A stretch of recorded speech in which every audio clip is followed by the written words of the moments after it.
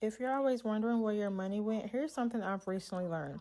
So, if you have been keeping up with me, you know that we got behind on bills, and I have been trying to get caught back up, which we have, except for one or two bills. As I was doing the monthly math, the money that we bring in versus the amount of bills that we have, we should have had some money left over every month, but we never did.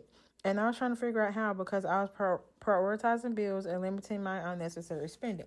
I figured out that my problem personally was that one, me and my husband handle cash a lot better than we do digital money. And two, we weren't accurately keeping up with where every penny was going.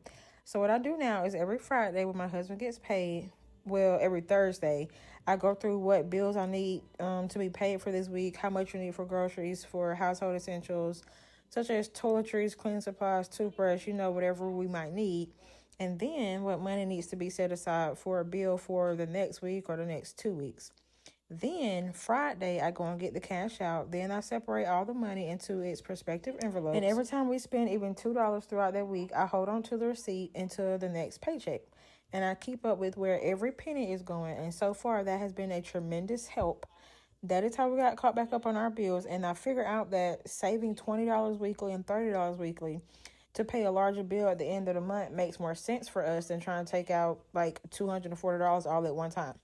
If paying bills feels stressful for you or it feels like it takes all of your money, start keeping up with your money in cash form versus digital. And then look at your entire month of bills and see which ones you can pay entirely out of one check and then which ones you need to save weekly for. We decide to save weekly for every one of our bills because a lot of them fall at the end of the month. So it's just easier for us that way. Comment peace and I'll send you my free guide on how you can track your bills and where your money is going.